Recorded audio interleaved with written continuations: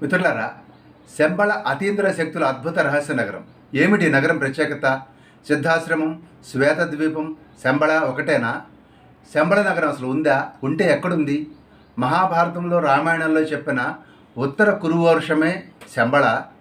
కలాప గ్రామానికి శంబళకు మధ్య సంబంధం ఏమిటి? శంబళ రాజు ఎవరు? సుబ్రహ్మణ్యేశ్వర స్వామి. రిగ్దన్ గ్యాపో ఎవరు? ఈయనకు శంబళకు మధ్య సంబంధం ఏమిటి? శంబళకు గ్రహాంతర వాసులకు సంబంధం ఉందా? కలియుగాంతంలో అణుయుద్ధం జరిగినప్పుడు గ్రహాంతరవాసులు భూమికి దిగొస్తారా? చరిత్ర కాలంలో మధ్వాచార్యుల వారు కలికి తండ్రి అయినటువంటి విష్ణుయేశుడిని కలిశారా? చింతామణి అనేటువంటి కదిలే శిల, ప్రయాణించే శిల ఎక్కడ ఉంది? శంబళకు దీనికి ఏమిటి సంబంధం? కలియుగాంతంలో లక్ష్మీదేవి ఎక్కడ జన్మిస్తుంది? కల్కికి, పరశురాముల వారికి, దేవాపికు, మరుత్తుకు, మైత్రేయ బుద్ధుడికి గల సంబంధం ఏమిటి? కలియుగాంతంలో జరిగే ఘోర యుద్ధంలో ఎంతమంది మరణిస్తారు? కలికి భగవాను అవతార సమాప్తి ఎక్కడ, ఎలా జరుగుతుంది?